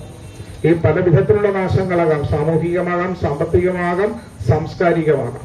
ഏത് വിധത്തിലുള്ള തകർച്ചയാണോ നമുക്കുള്ളത്, ആ നാശങ്ങളാണോ നമുക്കുള്ളത്, അവയിൽ നിന്ന് രക്ഷപ്പെടുവാനുള്ള അല്ലെങ്കിൽ രക്ഷപ്പെടുത്തുവാനുള്ള മാർഗങ്ങളെ പറഞ്ഞു തന്ന് അവയിലൂടെ നമ്മളെ മുന്നോട്ട് നയിക്കുന്നതാണ് യഥാർത്ഥമായിരിക്കുന്ന ക്ഷേത്രങ്ങൾ. ആ ക്ഷേത്രങ്ങളിലാണ് നമ്മൾ ഓരോരുത്തരും വന്നു നിൽക്കുന്നത്. ആ ക്ഷേത്രങ്ങളിൽ നിന്ന് നമുക്ക് കിട്ടേണ്ടത് വഴിപാടുകൾ മാത്രമല്ല, അവിടെ നിന്ന് അറിവുകൾ കൂടി സമ്പാദിക്കപ്പെടുന്നതാണ്. ആ അറിവും ബോധവുമാണ് നമുക്കുണ്ടാകേണ്ടത്. അമ്പലത്തിൽ ചെല്ലുമ്പോൾ നമ്മൾ കാണുന്ന ബോർഡെന്ന് പറയുന്നത് ചന്ദനം ഭിത്തിയിൽ തൂക്കരുതെന്നാണ്, അല്ലേ? അമ്പലത്തിൽ ചെല്ലുന്ന നമ്മൾ പോക്കുന്നത് ചന്ദനം ഭിത്തിയിൽ തൂക്കരുതെന്നാണ്. അപ്പോൾ നമ്മുടെ കൂടെ വരുന്ന കുഞ്ഞ് കയ്യിൽ ചന്ദനം മേടിച്ച കുഞ്ഞ് നമ്മളോട് ചോദിക്കുന്നു, പിന്നെ ഈ ചന്ദനം എന്ത് ചെയ്യും? അവർക്ക് കൊടുക്കേണ്ട ഒരു കൃത്യമായിരിക്കുന്ന അറിവെന്ന് പറയുന്ന കയ്യിൽ കിട്ടിയ ചന്ദനം എങ്ങനെ ഉപയോഗിക്കണമെന്ന്, എങ്ങനെ എന്തെല്ലാം ചെയ്യരുതെന്ന് മാത്രമല്ല, വിധികൾ ഉണ്ടാകണം. വിധികൾ ഉണ്ടായിക്കഴിഞ്ഞാൽ നിഷേധങ്ങളുടെ ആവശ്യം ഉണ്ടാകുന്നില്ല. ആ കയ്യിൽ കിട്ടിയ ചന്ദനം എന്ത് ചെയ്യണമെന്ന് അറിയാതെ നിൽക്കുന്ന കുട്ടിക്ക് അത് എവിടെയൊക്കെ തൊടണമെന്ന് കൃത്യമായി പറഞ്ഞു കൊടുക്കുന്ന ബോർഡുകളാണ് നമ്മളുടെ ദേവാലയങ്ങൾക്ക് വേണ്ടത്. ഒരു വഴിപാടുണ്ടായാൽ ആ വഴിപാടുകൾക്ക് എന്താണ് അതിന്റെ പ്രാധാന്യം, പ്രത്യേകത എന്താണ് എന്നറിയുന്ന ദിശാ ബോർഡുകൾ നമ്മളുടെ ദേവാലയങ്ങളിൽ വേണം. ആരൊക്കെയാണ് ദേവാലയങ്ങൾ? ക്ഷേത്രങ്ങളുടെ ചുറ്റിനും ബലിക്കല്ലുകൾ വെച്ചിരിക്കുന്നത് എന്തിനാണെന്ന് ചോദിച്ചപ്പോൾ അതൊരു ഡിസൈൻ ആണെന്ന് പറഞ്ഞു കൊടുത്ത അമ്മമാരുള്ളതാണ്. അതല്ല എന്ന് കൃത്യമായിട്ട് അത് ആരൊക്കെയാണെന്ന് പറഞ്ഞു കൊടുക്കുവാൻ ആ അമ്മയ്ക്ക് സാധിക്കാതിരുന്നത് കഴിഞ്ഞ 50 വർഷമായി ക്ഷേത്രത്തിൽ തൊഴുതിട്ടും അതിരുന്ന ബലിക്കല്ലുകൾ എന്താണെന്ന് അമ്മ അറിഞ്ഞിട്ടില്ല എന്നുള്ളതാണ്. അത് അന്വേഷിച്ചിട്ടില്ല. അതൊന്നും എന്റെ കാര്യമല്ലല്ലോ, അതൊന്നും എനിക്ക് ആവശ്യമുള്ള കാര്യങ്ങളല്ലല്ലോ. ആ ക്ഷേത്രത്തിന്റെ ചുറ്റിനും ശ്രീകോവിലിന്റെ ചുറ്റിനും ബലിക്കല്ലുകൾ ഉണ്ടെങ്കിൽ അത് വർഷത്തിൽ 1 ദിവസം അല്ലെങ്കിൽ വർഷത്തിൽ 5 ദിവസം 10 ദിവസം അവിടെ ഉത്സവം നടത്തുമ്പോൾ ആ ഉത്സവത്തിന് ചെയ്യുന്ന പൂജകൾ ചെയ്യാൻ വേണ്ടിയിട്ടുള്ള ഉപാധികളാണെന്നേ അറിയത്തുള്ളൂ. അത് മാത്രമല്ല, കൊടിമരം നമ്മൾ കണ്ടു. കൊടിമരത്തിന്റെ ചുറ്റിനുമുള്ള ധ്വജദേവതകളായിരിക്കുന്ന ദേവതകൾ ആരൊക്കെയാണ് എന്ന് പോലും നമ്മളിൽ എത്ര പേർക്ക് അറിയാൻ സാധിക്കും? നമ്മളൊന്നും അന്വേഷിച്ചിട്ടില്ല എന്നുള്ളതാണ്. നമുക്കുണ്ടാകണം. ഈ അന്വേഷണങ്ങൾ നമ്മുടെ ജീവിതത്തിലുണ്ടാകും. ഈ അന്വേഷണങ്ങളിൽ നിന്നും അറിവുകളിലേക്ക് നമ്മൾ പോകും. അറിവുണ്ടായെങ്കിൽ മാത്രമേ നമുക്ക് ബോധമുണ്ടാവുകയുള്ളൂ. അങ്ങനെ അറിവും ബോധവും ഉണ്ടായെങ്കിൽ മാത്രമേ നമുക്ക് തിരിച്ചറിവുകൾ ഉണ്ടാവുകയുള്ളൂ. അങ്ങനെ തിരിച്ചറിവുകൾ ഉണ്ടാകുന്നവരായി നമ്മൾ ഓരോരുത്തരും മാറണം. ഈ തിരിച്ചറിവുകൾ ഉണ്ടെങ്കിൽ നമ്മളുടെ ജീവിതത്തിലെ പകുതി പ്രശ്നങ്ങൾക്ക് നമുക്ക് മാറ്റമുണ്ട്. കാരണം ഏത് പ്രശ്നത്തിനുമുള്ള പരിഹാരം നമ്മളിൽ തന്നെയാണ് നിൽക്കുന്നത്. പക്ഷേ അന്നേരം നമുക്ക് ആ പരിഹാരത്തെ കിട്ടാൻ നമുക്ക് സാധിക്കാതെ വരും. ആ പരിഹാരത്തെപ്പറ്റി, ആ പ്രശ്നത്തെപ്പറ്റി നമ്മൾ കൃത്യമായി ചിന്തിക്കപ്പെടുന്നില്ല. പ്രശ്നം ഉണ്ടാകുമ്പോൾ ആ പ്രശ്നത്തിൽ നിന്നും ഒളിച്ചോടാൻ വേണ്ടി ശ്രമിക്കുന്നതാണ്. നാട്ടിലൊക്കെ ഇപ്പോൾ പലരും പ്രശ്നം ഉണ്ടായിക്കഴിഞ്ഞാൽ പിറ്റേ ദിവസം സ്വന്തം മക്കളെ അന്യ വീട്ടിൽ കൊണ്ടാക്കിക്കൊണ്ട് അച്ഛനും അമ്മയും കൂടി പോയി ആത്മഹത്യ ചെയ്യുന്ന കാലമാണിപ്പോൾ. പ്രശ്നം ഉണ്ടാകുമ്പോൾ പിന്നീട് ആ കുഞ്ഞിന്റെ ജീവിതത്തിൽ ഉണ്ടാകുന്ന ബുദ്ധിമുട്ടുകൾ എത്രത്തോളം ഉണ്ട് എന്ന് ചിന്തിക്കുവാനുള്ള മനോതലത്തിന്റെ ബലമുള്ള മാതാപിതാക്കൾ കുറഞ്ഞു വരുന്നു. അപ്പോൾ ഇതെല്ലാം നമ്മളുടെ വരുന്നൊരു തലമുറയിലേക്ക് നമുക്ക് പകർന്നു കൊടുക്കേണ്ടത്. അപ്പൊ പകർന്നു കൊടുക്കണമെങ്കിൽ നമ്മുടെ കുട്ടികൾക്ക് അതിനുള്ള വേദികൾ ഉണ്ടാകും. കുട്ടികൾ അവരുടെ സംശയങ്ങൾ ചോദിച്ചാൽ ആ സംശയങ്ങൾ കൃത്യമായി പറഞ്ഞു കൊടുക്കുവാനുള്ള സൗകര്യങ്ങളും സാഹചര്യങ്ങളും ഉണ്ടാകും. ഓരോ കാര്യങ്ങളെപ്പറ്റി അവർ ചോദിക്കുമ്പോൾ അവർക്ക് ചോദ്യങ്ങളുള്ളവരാണ് നമ്മുടെ കുട്ടികൾ. നമ്മളെ അതുകൊണ്ടാണ് നമ്മുടെ കുട്ടികൾ ചോദ്യം ചെയ്യുന്നത്. നമ്മൾ വിചാരിക്കും അവർക്ക് കുട്ടിക്ക് ഇപ്പോ അഹങ്കാരം, അങ്ങനെ ഒരു വിചാരമുണ്ട്, അങ്ങനെയാണ് ഇങ്ങനെയാണ്, അതുകൊണ്ടാണ് അവൻ ചോദ്യം ചെയ്യുന്നത്. അതല്ല, കുട്ടിക്ക് അറിയാൻ വേണ്ടിയിട്ടാണ് കുട്ടികൾ നമ്മളെ ചോദ്യം ചെയ്യുന്നത്. അവരുടെ ചോദ്യങ്ങൾക്ക് കൃത്യമായ മറുപടി കൊടുത്താൽ ആ കുട്ടികൾ നമ്മളോടൊപ്പം എന്നും എപ്പോഴും ഉണ്ടാകും. എല്ലാ വിധത്തിലും അവർ നമ്മളോടൊപ്പം നിൽക്കും. അവർ മറ്റൊരു തലത്തിലൂടെ ചിന്തിക്കുകയോ മറ്റൊരു തലത്തിൽ പ്രവർത്തിക്കപ്പെടുകയോ കുട്ടികൾ ചെയ്യില്ല. അക്കാര്യം ഉറപ്പാണ് എല്ലാ തലങ്ങളിലേക്കും. അതുകൊണ്ട് നമുക്ക് കഴിയുന്നതും നമ്മളുടെ കാര്യങ്ങൾ നടക്കുമ്പോൾ കുട്ടികളെ കൂടി അവർ കൊണ്ടുവരാൻ നമ്മൾ ശ്രമിക്കുക. ആ ശ്രമിക്കപ്പെടുമ്പോൾ അവരുടെ സംശയങ്ങൾ അല്ലെങ്കിൽ അവരുടെ പ്രശ്നങ്ങൾ എന്താണെന്ന് കൂടി അറിയാനും നമുക്ക് സാധിക്കപ്പെടണം. അപ്പൊ അങ്ങനെ സാധിക്കപ്പെട്ടാൽ നമുക്കൊരു പക്ഷേ അതിൽ നിന്നൊരു മാറ്റങ്ങൾ ഉണ്ടാക്കി നമ്മുടെ കുട്ടികളെ കൂടുതൽ, കാരണം നാളെ ഇതിന്റെ ചുമതലകളെല്ലാം ഈ വരുന്ന തലമുറയെ ഏൽപ്പിക്കപ്പെടേണ്ടതാണ്. എന്നും എപ്പോഴും നമ്മൾ ഉണ്ടാകില്ല. അപ്പൊ അതുകൊണ്ട് ഇനിയും അടുത്ത തലമുറയെ നമുക്ക് ഏൽപ്പിക്കണമെങ്കിൽ ഇതുപോലെയുള്ള എല്ലാവരും ഒരുമിച്ച് ചേരുന്ന അല്ലെങ്കിൽ എല്ലാവരും ഒരുമിച്ച് കൂടുന്ന സൽക്കർമ്മങ്ങൾ ഉണ്ടാകുമ്പോൾ, യജ്ഞങ്ങൾ ഉണ്ടാകുമ്പോൾ, യാഗങ്ങൾ ഉണ്ടാകുമ്പോൾ അവയിൽ പങ്കെടുക്കാനും നമുക്ക് സാധിക്കപ്പെട്ടാൽ അപ്പോൾ അവ കണ്ട് അവർക്ക് സംശയങ്ങൾ ഉണ്ടെങ്കിൽ അവർ ചോദിക്കട്ടെ. ആ സംശയങ്ങൾക്ക് കൃത്യമായ മറുപടികൾ കൊടുക്കുവാനുള്ള സൗകര്യവും സാഹചര്യങ്ങളൂടെ നമുക്ക് ഉണ്ടാക്കാൻ സാധിക്കും. അപ്പൊ അങ്ങനെ മുന്നോട്ട് പോകുവാൻ നമുക്ക് ഓരോ ദിവസവും സാധിക്കട്ടെ. നവഗ്രഹങ്ങളുമായി ബന്ധപ്പെട്ടിട്ടുള്ള ഒരു സാമാന്യമായിരിക്കുന്ന അറിവുകൾ, ആ സാമാന്യമായിരിക്കുന്ന ഒരു ബോധം നമുക്കുണ്ടാകണം. ഒരു ക്ഷേത്രത്തിലെത്തി നമ്മൾ തൊഴുന്നത്, ഇപ്പോൾ നമുക്കറിയാം കഞ്ചേരി ഗുരുവായൂരപ്പൻ ക്ഷേത്രത്തിലേക്ക് പോകുന്നു. ഗുരുവായൂരപ്പന്റെ ക്ഷേത്രത്തിൽ എന്തിനാണ് നമ്മൾ അവിടെ പോകുന്നത്? അവിടെ പോകുന്നത് ഗുരുവായൂരപ്പന്റെ അനുഗ്രഹത്തിന് മാത്രമല്ല, ഗുരുവായൂരപ്പന്റെ അനുഗ്രഹത്തിലൂടെ നമുക്ക് കിട്ടേണ്ടത് വ്യാഴം എന്ന ഗ്രഹത്തിന്റെ അനുഗ്രഹമാണ്. അപ്പോൾ ഈ വ്യാഴം എന്ന ഗ്രഹമാണ് നമ്മളുടെ ജീവിതത്തിൽ സകല കാര്യങ്ങളിലും. നമ്മൾ എന്ത് കാര്യങ്ങൾ എടുക്കുമ്പോഴും നമ്മൾ ചിന്തിക്കുമല്ലോ, ദൈവാധീനം ഒന്ന് ചിന്തിക്കട്ടെ, അല്ലെങ്കിൽ ദൈവാധീനമുണ്ടോ എന്ന് ചിന്തിക്കും. ആ ദൈവാധീനത്തിന്റെ പ്രാധാന്യത്തെ നൽകുന്നത് വ്യാഴം എന്ന ഗ്രഹമാണ്. ആ വ്യാഴം എന്ന ഗ്രഹത്തിന് സ്വാധീനമുള്ള ദേവതയാണ് മഹാവിഷ്ണു. അതുകൊണ്ടാണ് മഹാവിഷ്ണുവിന്റെ ക്ഷേത്രമാകുന്ന ഗുരുവായൂരപ്പൻ ക്ഷേത്രത്തിലേക്ക് നമ്മൾ വ്യാഴാഴ്ച ദിവസം തന്നെ നമ്മൾ പോകുന്നത്. ആ ഭഗവാനെ പ്രീതിപ്പെടുത്തിക്കൊണ്ട് ഭഗവാന്റെ റെക്കമെൻഡേഷൻ നമുക്ക് കിട്ടുന്ന എന്തിനാണ്? ഗുരുവായൂരപ്പന്റെ അനുഗ്രഹമല്ല നമുക്ക് പ്രധാനമായിട്ടും, ഗുരുവായൂരപ്പന്റെ അനുഗ്രഹത്തിലൂടെ നമുക്ക് കിട്ടേണ്ടത് വ്യാഴം എന്ന ഗ്രഹത്തിന്റെ ബലമാണ്. ഗുരുവായൂരപ്പനെ അനുഗ്രഹിച്ചെങ്കിലേ വ്യാഴം എന്ന ഗ്രഹത്തിന്റെ ബലം നമുക്ക് കിട്ടത്തുള്ളൂ. അതുകൊണ്ടാണ് ഗുരുവായൂരപ്പനെ നമ്മൾ ഭജിക്കുന്നത്. ശനിയാഴ്ച ദിവസം നമ്മൾ ശാസ്താവിന്റെ അമ്പലത്തിലോ ശിവക്ഷേത്രത്തിലോ പോകുന്നത് ശനിയുടെ സ്വാധീനമുള്ള ദേവതകളാണ് ശാസ്താവും ശിവനുമൊക്കെ. അതുകൊണ്ടാണ് അവിടെ പോയി നീരാഞ്ജനം കത്തിക്കുന്നത്. നീരാഞ്ജനം കത്തിക്കപ്പെടുമ്പോഴും നമ്മൾ പ്രാർത്ഥിക്കുന്ന നീലാഞ്ജന സമാഭാസം രവിപുത്രമിമാഗ്രജം ഛായാ മാർത്താണ്ഡ സംഭൂതം തം നമാമി ശനീശ്വരം. ശനിയുടെ ദോഷങ്ങൾ മാറി ശനിയുടെ അനുഗ്രഹങ്ങൾ നമുക്ക് കിട്ടണം. കാരണം ശനിയാണ് മരണകാരകനും മാരകകാരകനും രോഗകാരകനാണെങ്കിലും ശനി ഭാഗ്യകാരകൻ കൂടിയിട്ട്. ശനി ദോഷം മാത്രമല്ല തരുന്നത്, നല്ല അനുഗ്രഹത്തെ നൽകുന്ന ആളാണ്. ഒരു കൈയോടുകൂടി നമ്മളൊന്നിനും വിടത്തില്ല. രണ്ടെണ്ണം തന്നാലും പോകുന്ന സമയം അച്ഛന്റെ കാര്യം പറഞ്ഞ പോലെ, അച്ഛൻ വഴക്ക് പറഞ്ഞാലും നമുക്ക് ആവശ്യം എന്ന് വന്നു കഴിയുമ്പോൾ എപ്പോഴും സഹായിക്കാനുള്ളത് അച്ഛൻ മാത്രമേ ഉള്ളൂ. അത്രയും വലിയ നല്ല ഗ്രഹമാണ് ശനി എന്ന ഗ്രഹം. അപ്പോൾ ഈ സാമാന്യമായിരിക്കുന്ന ഗ്രഹങ്ങളുടെ സ്വാധീനങ്ങളെ നമ്മൾ നന്നായി മനസ്സിലാക്കുക. അതിനുവേണ്ടി എല്ലാവർക്കും പലർക്കും ജോലിക്കൊക്കെ പോകേണ്ടവരൊക്കെയാണ് പലരും. കാലും പേര് ജോലിക്കൊക്കെ പോകുന്നവരാണ്. എങ്കിലും ഒരു 5 മണി 6 മണിയോട് കൂടി എത്തിയാൽ നമുക്കൊരു മണിക്കൂർ നേരമെങ്കിലും ഒരു സാമാന്യമായിട്ട് ആ ഗ്രഹത്തെ പറ്റി ഒന്ന് ചർച്ച ചെയ്യാം. ആ ഗ്രഹം എന്താണെന്ന് നമ്മളൊന്ന് മനസ്സിലാക്കണം. ആ സമയത്ത് നിങ്ങളുടെ കയ്യിൽ ഒരു ബുക്കും പേനയും ഒക്കെ ഇരുന്ന് കഴിഞ്ഞാൽ ചില കാര്യങ്ങളൊക്കെ നമ്മൾ കേട്ട് 10 മിനിറ്റ് നേരമേ നമ്മുടെ മനസ്സ് നിൽക്കത്തുള്ളൂ, പിന്നെ അത് പോകും. നമ്മൾ എത്രയോ കാര്യങ്ങൾ കേട്ടവരാണ്, ഇപ്പൊ അതൊന്നും ഓർമ്മയില്ല. കാരണം എന്താണ്? 10 മിനിറ്റേ നമ്മുടെ മനസ്സിൽ നിൽക്കത്തുള്ളൂ. അന്നേരം അത് എഴുതിയിട്ടാൽ നമുക്ക് കേൾക്കുമ്പോൾ നമ്മൾ വിചാരിക്കും ഇതൊക്കെ എന്റെ കയ്യിൽ ഇരിക്കുന്നുള്ളൂ എന്ന് വിചാരിക്കും. പക്ഷെ കേട്ട കാര്യങ്ങളൊന്ന് എഴുതിയിട്ടാൽ ആ അല്പസമയം കഴിഞ്ഞ് പിന്നീട് ഒരു ആവശ്യം വരുമ്പോൾ നമുക്കത് നോക്കാം. നമുക്ക് എന്തിനാണ് നമ്മളൊരു മുഹൂർത്തം എടുക്കുന്നത്, അല്ലെങ്കിൽ എന്തിനാണ് നമ്മളൊരു സാമാന്യമായിട്ട് ഒരു ദിവസം ഒരു കുഞ്ഞിന് ചോറൂണ് നടത്തണം. ഒരു ചോറൂണിന് എൻ്റെ കുഞ്ഞിന്റെ അല്ലെങ്കിൽ എൻ്റെ പേരക്കുട്ടിക്ക് ഒരു ചോറൂണിന് വേണ്ടിയിട്ട് വേണമെന്ന് നമ്മുടെ കുട്ടികൾ അന്യ സ്ഥലത്ത് നിന്ന് വിളിച്ച് ചോദിക്കുമ്പോൾ കലണ്ടറിൽ നോക്കി പറഞ്ഞു കൊടുക്കാൻ നമുക്ക് സാധിക്കും. ഒരു കുഞ്ഞ് ജനിക്കുമ്പോൾ എന്താണ് നക്ഷത്രം എന്ന് പറയാൻ നമുക്ക് സാധിക്കണം. അത് സാമാന്യമായി നമ്മൾ പഠിച്ചിരിക്കണം.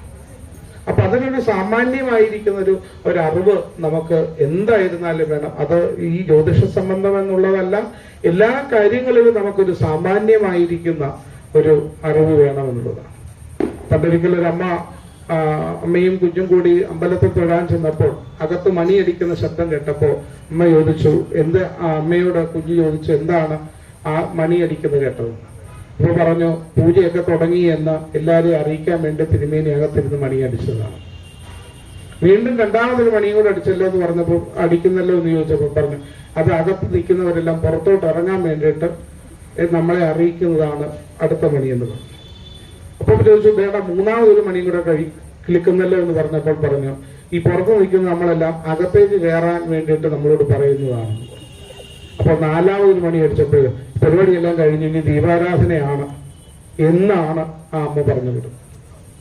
ഒന്ന് ആലോചിക്കണം, എന്തിനാണ് ഒന്നാമത്തെ മണി അടിച്ചതെന്ന് ചോദിക്കുന്ന കുട്ടിയോട് ആ ഭഗവാൻ ഇരിക്കുന്ന പീഠം, ആ ഭഗവാനെ ഇരുത്തിയിരിക്കുന്ന പീഠത്തെ പൂജിക്കപ്പെടുകയാണ് ആ ഒന്നാമത്തെ മണി അടിക്കുന്നതിലൂടെ നമ്മൾ മനസ്സിലാക്കേണ്ടതൊന്നും. ആ പീഠത്തിലേക്ക് ഭഗവാനെ അല്ലെങ്കിൽ ഭഗവതിയെ ആവാഹിച്ച് പൂജിച്ച് നിവേദ്യത്തിനുള്ള സമയമാണെന്ന് തന്നെ നമ്മളെ അറിയിക്കപ്പെട്ടതാണ് ആ രണ്ടാമത്തെ മണിയെന്നും. മൂന്നാമത്തെ മണിയടിച്ചത് ആ പൂജാതി കർമ്മങ്ങൾ നിവേദ്യാദികൾ കഴിഞ്ഞ് പ്രസന്ന പൂജയ്ക്കുള്ള സമയമാണ്. പ്രസന്നമായി നമ്മൾ അവിടെ ചെന്നിരുന്ന് നാമം ജപിക്കാനാണ് അതറിയിക്കുന്നതെന്നുമുള്ള സാമാന്യമായിരിക്കുന്ന ഒരു ധാരണ കുട്ടിക്ക് കൊടുത്താൽ മതിയാണ്. പക്ഷെ ഈ കുട്ടിയുടെ വിചാരം എന്താണ്? മണിയടിക്കുമ്പോൾ പുറത്തോട്ടിറങ്ങണം, അകത്തോട്ടിറങ്ങണം, ഇതിനുള്ള സിമ്പലാണെന്നായിപ്പോയി കുട്ടി. അപ്പൊ ഈ നമ്മൾ കൊടുക്കുന്ന അറിവുകൾ കൃത്യമായി നമുക്ക് കൊടുക്കാൻ കൂടി നമുക്ക് സാധിക്കപ്പെടുന്ന തലത്തിലേക്ക് ഞങ്ങളാണെങ്കിൽ പോലും ആ ഒരു തലത്തിലേക്ക് മാറപ്പെടണം. അതിനു വേണ്ടിയിട്ട് നമ്മൾ കഴിയുന്നതും പരിശ്രമിക്കപ്പെടണം. ഭാഗവതം നമ്മളെല്ലാം സപ്താഹങ്ങൾ കേട്ടവരാണ്. സപ്താഹങ്ങൾ കേൾക്കുമ്പോൾ ഭാഗവതത്തിൽ 7 ദിവസം രാവിലെ മുതൽ വൈകുന്നേരം വരെ ഇരുന്ന് പാരായണം ചെയ്യുന്നു, അതിന്റെ കുറച്ചു നേരം കഥകൾ കേൾക്കുന്നു എന്നുള്ളത് മാത്രമേ ഉള്ളൂ. കഥകളിലൂടെ തത്വങ്ങൾ, അതിലെ കാമ്പുള്ള തത്വങ്ങളെ നമുക്ക് പറഞ്ഞു തരാൻ വേണ്ടിയിട്ടാണെന്നുള്ള ഉത്തമമായിരിക്കുന്ന ബോധ്യം നമുക്കുണ്ടാക്കിയെടുക്കാൻ നമുക്ക് സാധിക്കപ്പെടും. ആ കുട്ടികൾ ചർച്ച ചെയ്യപ്പെടട്ടെ. ഭാഗവതം എന്തിനാണെന്നും എന്തെല്ലാം കാര്യങ്ങളാണെന്നും ചർച്ച ചെയ്യപ്പെടുവാനുള്ള സാഹചര്യങ്ങൾ നമ്മുടെ കുട്ടികൾക്ക് ഉണ്ടാക്കി കൊടുക്കാൻ നമുക്ക് സാധിക്കപ്പെടണം. അപ്പൊ അങ്ങനെ മുന്നോട്ട് പോകുവാൻ നമുക്ക് സാധിക്കട്ടെ. പറയുമ്പോൾ നമ്മൾ ഒരുപാട് വിഷയങ്ങളിലേക്ക് കടന്നു പോകും. അദ്ദേഹം നേരത്തെ കുട്ടികളുടെ കാര്യം പറഞ്ഞപ്പോൾ വളരെ ചിന്തിക്കപ്പെടേണ്ട ഒരു വലിയ കാര്യമാണെന്ന് തന്നെ തോന്നിയത്. അപ്പൊ അതൊരു വലിയ കാര്യമാണ്. അദ്ദേഹം ആ ഒരു വിഷയത്തെ അദ്ദേഹത്തിന് അങ്ങനെ തോന്നാൻ കാരണം അകത്തിരിക്കുന്ന ഭഗവാനാണെന്നുള്ളതാണ് ഏറ്റവും വലിയ കാര്യം. അദ്ദേഹത്തിന് എത്രയോ കാര്യങ്ങൾ പറയായിരുന്നു. പക്ഷെ ഈ ഒരു പ്രധാന വിഷയം പറയാൻ ഒരു വലിയ ഒരു നിർദ്ദേശത്തെ നമ്മളിലേക്ക് ചിന്തിക്കാൻ നമുക്ക് തന്നത്, നമ്മുടെ കുട്ടികളൊക്കെ വീട്ടിൽ വെറുതെ ഇരിക്കുകയാണ്. ഞങ്ങൾ പോയിട്ട് വരാം, നീ വാതിലടച്ചിരുന്നു, ഞങ്ങൾ വന്നിട്ടേ തുറക്കാവൂ എന്ന് പറഞ്ഞിട്ട് പോകുന്നവരാണ് പകുതി അമ്മമാർ. നമുക്ക് ഒരുമിച്ച് നമുക്ക് പോകാം എന്ന് പറയുന്നവർ കുറവാണ്. അവർക്ക് ഇതിനോടൊന്നും താല്പര്യമില്ല. അവർക്ക് താല്പര്യമില്ലാത്തതുകൊണ്ടല്ല, അവരെ കൊണ്ടുവരാൻ നമുക്ക് താല്പര്യമില്ലാത്തതാണ്. നമ്മൾ പറയുമല്ലോ, കുട്ടികൾക്ക് എന്തെങ്കിലും പ്രശ്നങ്ങൾ ഉണ്ടായാൽ പറയാം അവരുടെ കൂട്ടുകെട്ട് മോശം. അവരുടെ കൂട്ടുകെട്ട് മോശമായതുകൊണ്ടല്ല അവർ മോശമായത്, നമ്മുടെ ശ്രദ്ധക്കുറവ് കൊണ്ടാണ് അവർ മോശമായത്. കാരണം ഒന്നും അറിയാത്ത ഒരു കുഞ്ഞിനെയാണ് ഈശ്വരൻ നമ്മുടെ കയ്യിലേക്ക് തന്നത്. അവരെ എങ്ങനെ വളർത്തണമെന്ന് നമ്മൾ ചിന്തിച്ച് വളർത്തുന്നതിലെ ശ്രദ്ധക്കുറവാണ് നമുക്ക് ഉണ്ടായത് കൊണ്ടാണ് നമുക്കവർ മാറുന്നത്. അല്ലാതെ കൂട്ടുകാരുടെ കൂടെ പോയത് കൊണ്ടോ, അല്ലെങ്കിൽ ഇപ്പോഴത്തെ നെറ്റ് ഉള്ളത് കൊണ്ടോ, അല്ലെങ്കിൽ മൊബൈൽ ഉള്ളത് കൊണ്ടോ ഒന്നുമല്ല. 24 മണിക്കൂർ മൊബൈലിലേക്ക് തലകുനിച്ചിരിക്കുന്ന കുട്ടികൾ അങ്ങനെ ഇരിക്കുവാനുള്ള കാരണം അവരോട് നമുക്ക് സംസാരിക്കാനൊന്നുമില്ല. അവർ സംസാരിച്ചാൽ, വീട്ടിൽ വെച്ച് അമ്മയും മക്കളും കൂടി സംസാരിച്ചാൽ അവസാനം വഴക്കിലേ അത് തീരത്തും. അതുകൊണ്ട് രണ്ടുപേരും മിണ്ടാതിരിക്കാമെന്ന് വിചാരിക്കുന്നത് കൊണ്ടാണ് ഇവർ വിചാരിക്കുന്നത് സ്വസ്ഥമായിട്ട് ഇതൊന്നും അല്ലെങ്കിലും കണ്ടുകൊണ്ടെങ്കിലും ഇരിക്കാമല്ലോ, തിരിച്ചൊന്നും നമ്മളെ പറയില്ലല്ലോ എന്ന്. ഇത് കുട്ടികളുടെ പ്രശ്നങ്ങളാണ്. കുട്ടികൾക്ക് കൗൺസിലിങ്ങുകൾ നടത്തുമ്പോൾ കുട്ടികൾ പറയുന്ന പ്രശ്നമാണ്. ഒന്നുമല്ലെങ്കിലും നമുക്ക് ഇഷ്ടമുള്ള കാര്യങ്ങൾ കാണാൻ പറ്റും, ഇഷ്ടമുള്ള ഭക്ഷണങ്ങൾ കാണാൻ സാധിക്കും, ഇഷ്ടമുള്ള സ്ഥലങ്ങളിലേക്ക് നമുക്ക് മനസ്സ് കൊണ്ടുപോകാൻ സാധിക്കും. ആ ഒരു തലങ്ങളിലേക്കായി മാറപ്പെടും. അപ്പൊ ആ സാഹചര്യങ്ങൾ മാറ്റിയെടുക്കുവാൻ നമുക്ക് സാധിക്കപ്പെടട്ടെ. നമുക്ക് ഇനിയുമുള്ള 9 ദിവസങ്ങൾ നമുക്ക് ഒരുപാട് കാര്യങ്ങളെ ചർച്ച ചെയ്യപ്പെടാൻ സാധിക്കട്ടെ. അതിന് എല്ലാവരും അതിന്റെ ഭാഗമാകുക. ഏത് ഗ്രഹത്തിന്റെ പ്രധാനമായിട്ട് നമ്മളിപ്പോൾ ചിലപ്പോൾ 9 ദിവസത്തേക്കും എഴുതിയിട്ടുള്ളവരുണ്ടാകാം, ചിലപ്പോൾ 3 ദിവസത്തേക്ക് മാത്രമുള്ളവർ എഴുതിയിട്ടുണ്ടാകും. അപ്പൊ 3 ദിവസത്തേക്ക് മാത്രം എഴുതിയവർ ഏത് ദിവസം വരണം എന്ന് പലപ്പോഴും സംശയം ചോദിക്കാറുണ്ട്. ഇത് എല്ലാവർക്കും പറഞ്ഞു കൊടുത്തിട്ടുണ്ട്. എങ്കിൽ പോലും പ്രധാനമായിട്ടും ഒന്ന് ആദ്യത്തേത് ദിവസം, അതായത് നാളെ ആദ്യത്തെ ദിവസം എല്ലാവരും ഉണ്ടാകും. രണ്ടാമത് നമുക്ക് പ്രധാനമായിട്ടുള്ളത് വ്യാഴം എന്ന ഗ്രഹമാണ്. ആ വ്യാഴം എന്ന ഗ്രഹത്തിനും നമ്മൾ ഉണ്ടാകണം. പിന്നീട് അവരവരുടെ ദശാസന്ധികൾ ഒരുവിധം എല്ലാവരുടെയും ജാതകങ്ങളൊക്കെ ഉണ്ടാകും. ആ ജാതകത്തില് ഉള്ള ആ ദശാനാഥന്മാരുടെയോ, അല്ലെങ്കിൽ നമ്മൾ ജനിച്ചത് ഏത് ദശയിലാണോ ആ ദശയിലുള്ള ആ നാഥനോ വേണ്ടിയിട്ട് നമുക്ക് ചെയ്യാവുന്നതാണ്. അല്ലെങ്കിൽ നമുക്കതറിയില്ലെങ്കിൽ ശനിക്ക് പ്രാധാന്യം കൊടുക്കുക. കാരണം ഇന്ന് അനുഭവിക്കുന്ന ഏറ്റവും വലിയ പ്രയാസം എന്ന് പറയുന്ന രോഗങ്ങളാണ്. രോഗകാരകനായിരിക്കുന്ന ശനിയുടെ ദോഷങ്ങൾ നമുക്ക് മാറും. അപ്പോൾ ആദിത്യനെയും വ്യാഴത്തെയും ശനിയെയും കൂടുതൽ പ്രാധാന്യത്തോടു കൂടി നമുക്ക് ചിന്തിക്കപ്പെടാൻ, ഒരു സാമാന്യമായി നമുക്ക് ചിന്തിക്കപ്പെടാൻ സാധിക്കും. കഴിയുന്നതും എല്ലാ ദിവസങ്ങളിലും അതിന്റെ ഭാഗമാകുക. കാരണം ഈ ഒരു നല്ല സമയം, ഒരു സാഹചര്യം, നമുക്കൊരു അവസരം നമുക്ക് പിന്നെ എപ്പോഴും ഉണ്ടാകണമെന്നില്ല. അപ്പൊ നമുക്ക് തന്നെ നേരിട്ട് തന്നെ പ്രാർത്ഥിച്ച് ചെയ്യുമ്പോൾ, അതൊരു പക്ഷെ നാളെ ചെയ്യുമ്പോൾ നിങ്ങൾക്കത് മനസ്സിലാവും. നമുക്ക് തന്നെ പ്രാർത്ഥിച്ച് എൻ്റെ കുഞ്ഞിന് നല്ലതുണ്ടാകണേ എന്ന് ആത്മാർത്ഥമായി തന്നെ പ്രാർത്ഥിച്ച് നിങ്ങൾക്ക് ആ കർമ്മങ്ങൾ ചെയ്യാൻ സാധിക്കും. ആ ആത്മാർത്ഥതയോടുകൂടി കർമ്മങ്ങൾ ചെയ്യപ്പെടുവാൻ സാധിക്കപ്പെടുന്നവരായി നമ്മൾ ഓരോരുത്തരും മാറപ്പെടട്ടെ. അതിന് അയ്യപ്പസ്വാമി നമുക്ക് നൽകിയ ഏറ്റവും വലിയൊരു നല്ല സൗകര്യവും സാഹചര്യവുമാണിത്. അതിന് ഗുരുവായൂരപ്പന്റെയൊക്കെ സാന്നിധ്യം ഈ വിളക്കിലെ ദീപത്തിൽ ഉണ്ടായിട്ടുണ്ട്. ശ്രീനാരായണ ഗുരുദേവന്റെ അനുഗ്രഹ കൃപാകടാക്ഷങ്ങൾ ആവോളം നമ്മളിൽ ലഭ്യമായിട്ടുണ്ട്. അപ്പൊ എല്ലാ ദേവതകളുടെയും എല്ലാവരുടെയും അനുഗ്രഹ കൃപാകടാക്ഷങ്ങൾ ആവോളം ഉണ്ടായി നമുക്ക് ജീവിതത്തിൽ ഒരുമിച്ച് മുന്നോട്ട് ചേരാം. പണ്ട് ഒരു കുഞ്ഞ് പന്ത് കളിച്ചുകൊണ്ടിരുന്നപ്പോൾ, ഈ കഥ കൂടി പറഞ്ഞ് നമുക്കത് പൂർത്തിയാക്കാം. പണ്ടൊരു കുട്ടി പന്ത് കളിച്ചുകൊണ്ടിരിക്കുക. പന്ത് കളിച്ചുകൊണ്ടിരിക്കുന്നതിനിടയിൽ ആ പന്തുരുണ്ട വീടിനകത്തേക്ക് പോയി. അപ്പൊ പന്തെടുക്കാനായി കുട്ടി അകത്തേക്ക് കയറി നോക്കിയപ്പോൾ അതൊരു മുറിയിലേക്കാണ് പോയത്. നോക്കിയപ്പോൾ അതൊരു പൂജാമുറിയാണ്. ആ പൂജാമുറിയിൽ ചെന്ന് പന്ത് നോക്കിയപ്പോൾ ആ പൂജാമുറി നിറയെ ഇരുട്ടാണ്. അപ്പൊ അവിടെ നിന്ന് പന്തെടുക്കാൻ നോക്കിയപ്പോൾ അവിടെ ഒരു നിലവിളക്ക് ചെറിയതായി മങ്ങിയ വെളിച്ചത്തിൽ കത്തിയിരിക്കുന്നു എന്ന് കണ്ടു. അപ്പൊ കുട്ടി അവിടെ ചെന്ന് ഈ മങ്ങിയ ദീപത്തെ ഒന്ന് വലിയ ദീപമാക്കി മാറ്റി. അപ്പോൾ ആ കുട്ടി കണ്ടു ആ വിളക്കിൽ ഒരു 4 തിരികൾ കൂടി ഉണ്ടായിരുന്നു. അത് കത്തിയ കഴിഞ്ഞതിന് ശേഷം കെട്ടുപോയതാണ്. അപ്പൊ കെട്ടുപോയ 4 തിരികളിൽ ആദ്യത്തെ ദീപം എടുത്ത് കത്തിക്കാനായി കുഞ്ഞ് തുടങ്ങിയപ്പോ ആ കെട്ടിരുന്ന ആദ്യത്തെ ദീപം പറഞ്ഞു, കുഞ്ഞെ, നീ എന്നെ കത്തിക്കുന്നതിന് മുമ്പ് ഞാൻ ആരാണെന്ന് നീ അറിയണമെന്ന്. അപ്പൊ ചോദിച്ചു, നീ ആരാണെന്ന് കുട്ടി ചോദിച്ചപ്പോൾ പറഞ്ഞു, എന്റെ പേര് ഭക്തി എന്നാണ്. എന്നെ കത്തിച്ച ആൾക്ക് ഭക്തി ഇല്ലാത്തത് കൊണ്ട് കത്തിച്ചുടനെ ഞാൻ കെട്ടുപോയി. കെട്ടിരുന്ന 2ാമത്തെ ദീപം, ആ ദീപത്തെ കത്തിക്കാൻ പറഞ്ഞപ്പോൾ ആ കുട്ടി പറഞ്ഞു, ആദ്യത്തേത് ഭക്തിയാണെങ്കിൽ 2ാമത്തേത് ഞാൻ വിശ്വാസമാണ്. എന്നെ കത്തിച്ചാൾക്ക് വിശ്വാസമൊന്നുമില്ല, വെറുതെ കത്തിക്കാൻ പറഞ്ഞപ്പോൾ ഞാൻ കത്തിച്ചതാണ്. കത്തിച്ച ഉടനെ ആള് പോകുന്നതിന് മുമ്പ് ഞാൻ കെട്ടുപോയി. 3ാമത്തെ ദീപം പറഞ്ഞു, ഞാൻ ധർമ്മമാണ്. കത്തിച്ച ആൾക്ക് യാതൊരു ധർമ്മവുമില്ല, വെറുതെ വന്ന് കത്തിച്ചിട്ട് പോയതാണ്. അപ്പോൾ ആ 3ാമത്തെ ദീപം പറഞ്ഞു, ഞാൻ ധർമ്മമാണ്. കത്തിച്ചാൾക്ക് ധർമ്മമില്ലാത്തത് കൊണ്ട് കത്തിച്ചറിന് ഞാൻ കെട്ടുപോയി. അടുത്ത 4ാമത്തെ ദീപം പറഞ്ഞു, ഞാൻ ന്യായമാണ്. ഏതൊരു കാര്യം ചെയ്യുമ്പോഴും ഒരു ന്യായവും ഇല്ലാത്ത രീതിയിൽ എന്തും എങ്ങനെയും ഏത് വിധേനയുമായി ചെയ്യുന്ന ഒരാളാണ്. അപ്പൊ അതുകൊണ്ട് കത്തിച്ച ഉടനെ ഞാൻ ഒരു ന്യായവും ഇല്ലാത്തതുകൊണ്ട് ഞാൻ കത്തിച്ച ഉടനെ കിട്ടും.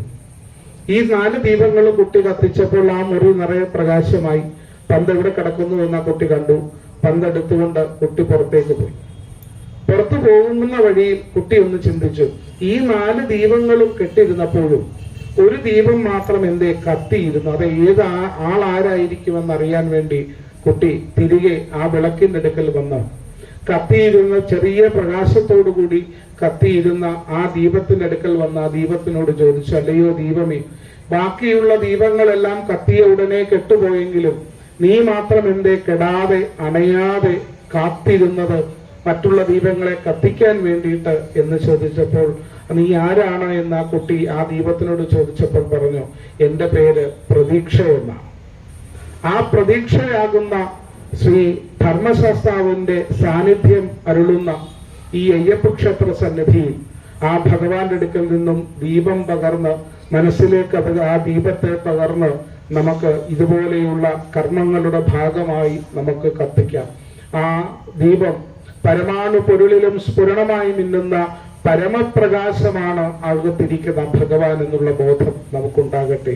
അപ്പോൾ അതിനു മുമ്പ് വായിച്ച 2 വരി കൂടി നമുക്ക് അന്നേരം ഭംഗിയായി ചൊല്ലാൻ പറ്റും. ഏതാണ് ആ 2 വരി? ഏതായിരുന്നു ആ 2 വരി? ഇപ്പൊ ചൊല്ലിയതിന് മുമ്പുള്ള 2 വരി ഏതായിരുന്നു? അഖിലാണ്ട മണ്ഡലം അണിയിച്ചൊരുക്കി അതിനുള്ളിൽ ആനന്ദദീപം കൊളുത്തി. ആ ആനന്ദദീപമാണ് പരമാണു പൊരുളിലും സ്ഫുരണമായി മിന്നുന്നത്.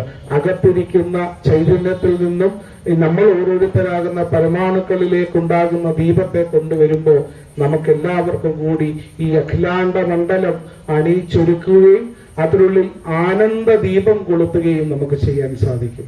അങ്ങനെ ആനന്ദ ദീപങ്ങൾ കൊളുത്തുവാൻ കഴിയുന്ന, ആനന്ദത്തോടുകൂടി ആഹ്ലാദത്തോടുകൂടി മുന്നോട്ട് പോകുവാൻ സാധിക്കപ്പെടുന്നവരാകുന്ന സജ്ജനങ്ങളായി നമ്മളെല്ലാവരും മാറപ്പെടട്ടെ.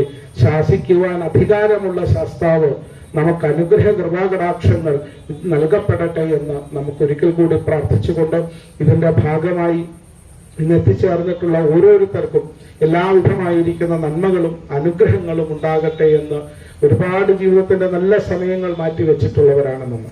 ആ നല്ല സമയങ്ങളിൽ ഇതും ഒരു നല്ല ദിവസമായി മാറപ്പെടട്ടെ എന്ന് ഒരിക്കൽ കൂടി പ്രാർത്ഥിച്ചുകൊണ്ട് എല്ലാവർക്കും ഒരു നല്ല ശുഭരാത്രി നേരുന്നു. നമുക്ക് നാളെ വീണ്ടും കാണാം. നമസ്കാരം.